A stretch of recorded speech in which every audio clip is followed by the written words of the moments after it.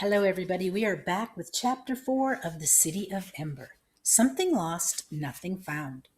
One day, when Lena had been a messenger for several weeks, she came home to find that Grammy had thrown all the cushions from the couch onto the floor, ripped up a corner of the couch's lining, and was pulling out wads of stuffing. "What are you doing?" Lena cried. Granny looked up. Wisps of sofa stuffing stuck to the front of her dress and clung to her hair. "Something is lost," she said. "I think it might be in here." "What's lost, Granny?" "I don't quite recall," said the old woman. "Something important." "But, Granny, you're ruining the couch. What will we sit on?" Granny tore a bit more of the covering off the couch and yanked out another puff of stuffing. "It doesn't matter," she said. "I'll put it back together later." "Let's put it back now," Linda said. "I don't think what's lost is in there." "You don't know," said Granny darkly. But she sat back on her heels, looking tired. Linda began cleaning up the mess. "Where's the baby?" she asked. Granny gazed at Lena blankly. "The baby? You haven't forgotten the baby?" "Oh, yes, I think she's down in the shop." "By herself?" Lena stood up and ran down the stairs. She found Poppy sitting on the floor of the shop, enmeshed in a tangle of yellow yarn. As soon as she saw Lena, Poppy began to howl. Lena picked her up and unwound the yarn, talking soothingly, though she was so upset that her fingers trembled. For Granny to forget the baby was dangerous. Poppy could fall downstairs and hurt herself. She could wander out to the street and get lost. Granny had been forgetful lately, but this was the first time she had completely forgotten about Poppy. When they got downstairs, Granny was kneeling on the floor, gathering up the white tufts of stuffing and jamming them back into the holes she'd made in the couch.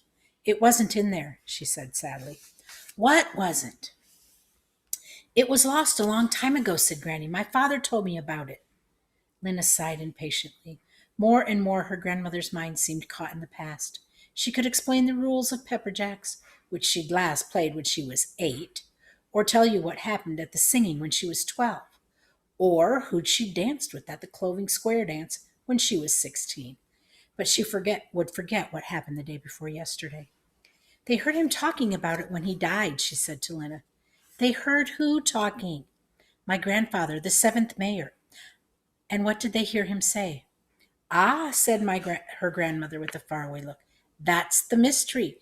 He said he couldn't get at it. Now it's lost, he said." "But what was it?" "He didn't say."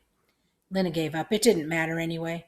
Probably the lost thing was the old man's left sock or his hairbrush. But for some reason, the story had taken root in Granny's mind. The next morning, on her way to work, Lena stopped in at the house of the neighbor, Evelyn Murdo.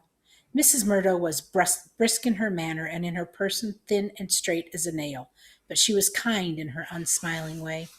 Until a few years ago, she'd run a shop that sold paper and pencils, but when paper and pencils became scarce, her shop closed. Now she spent her days sitting by the upstairs windows, watching people in the street with her sharp eyes. Lena told Mrs. Murdo about her grandmother's forgetfulness. "Will you look in on her sometimes and make sure things are all right?" she asked. "I will, certainly," said Mrs. Murdo, nodding twice, firmly. Lena was already feeling better. That day, Lena was given a message by Arbin Swin, who ran the Callaway Street Vegetable Market, to be delivered to Lena's friend Clary, the greenhouse manager.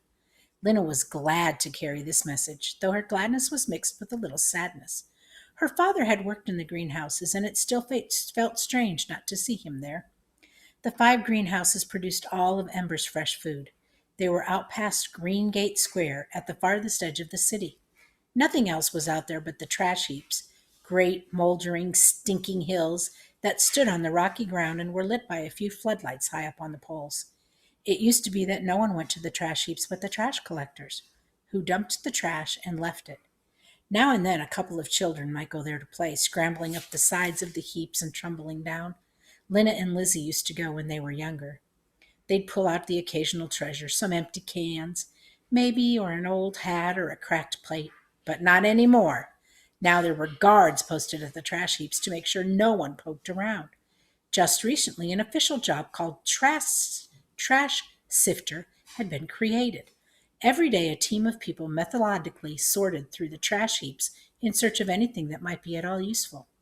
They'd come back with broken chair legs that could be used for repairing window frames, bent nails that could become hooks for clothes, even filthy rags stiff with dirt that could be washed out and used to patch holes in window blinds or mattress covers. Lena hadn't thought about it before, but now she wondered about the trash sifters. Were they there because Ember really was running out of everything? Beyond the trash heaps, there was nothing at all. That is, only the vast unknown regions, where the darkness was absolute.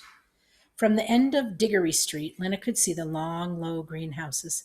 They looked like big tin cans that had been cut in half and laid on their sides. Her breath came a little faster. The greenhouses were home to her, in a way. She knew that she was most likely to find Clary somewhere around Greenhouse 1, where the office was, so that was where she headed first. A small tool shed stood beside the door to Greenhouse 1. Lena peeked into it, but only saw rakes and shovels, so she opened the greenhouse door. Warm, furry smelling air washed over her, and all of her love for this place came rushing back. Out of habit, she gazed up toward the ceiling, as if she might see her father there on his ladder, tinkering with the sprinkler system, the temperature gauges, and the lights. The greenhouse light was whiter than the yellowish light of Ember street lamps. It came from long tubes that ran the length of the ceiling. In this light, the leaves of the plants shone so green they almost hurt Lena's eyes. On the days when she'd come here with her father, Lena had spent hours wandering along the gravel paths. They ran between the vegetable beds, sniffing the leaves, poking her fingers into the dirt, and learning to tell the plants apart by their look and their smell. There were beans and peas with their curly tendrils, the dark green spinach, the ruffled lettuce, and the hard pale cabbages, some of them as big as a newborn baby's head. What she loved best was to rub the leaves of the tomato plants between her fingers and breathe in their pungent, powdery smell. A long straight path led from one end of the building to the other. About halfway down the path, Clary was crouching by a bed of carrots. Lena ran towards her, and Clary smiled, brushed the dirt from her hands, and stood up. Clary was tall and solid, with big hands and knobby knuckles. She had a square jaw and square shoulders and brown hair cut in short, squarish way. You might have thought from looking at her that she was a gruff, unfriendly person, but her nature was just the opposite. She was more comfortable with plants than she was with people. Lena's father had always said that. She was strong but shy, a person of much knowledge but few words. Lena has always liked her, even when she was little. Clary did not treat her like a baby, but gave her jobs to do, pulling up carrots, picking bugs off cabbages. Since her parents had died, Lena had come many times to talk to Clary, or just to work silently beside her. Clary was always kind to her, and working with the plants took Lena's mind off her grief. Well, said Clary. She smiled at Lena, wiped her hands on her already grimy pants, and smiled some more. Finally, she said, "You're a messenger." "Yes," said Lena, "and I have a message for you. It's from Arbin Swin. Please add 4 extra crates to my order, 2 of potatoes and 2 of cabbages."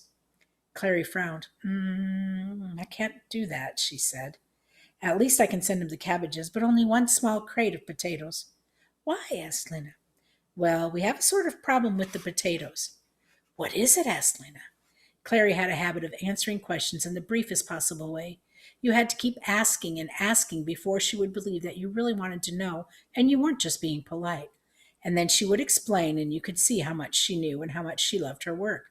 "I'll show you," she said. She led the way to a bed where the green leaves were spotted with black.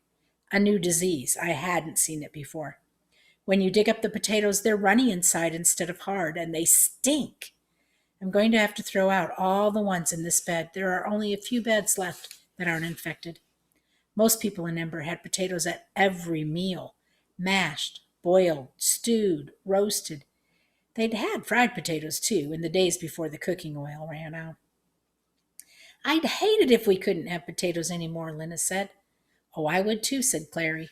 They sat on the edge of the potato bed and they talked for a while about Lena's grandmother and the baby, about the trouble Clary was having with the beehives, and about the greenhouse sprinkler system. "It hasn't worked right since—" Clary hesitated and glanced sideways at Lena. "For a long time," she said. She didn't want to say since your father died. Lena understood that.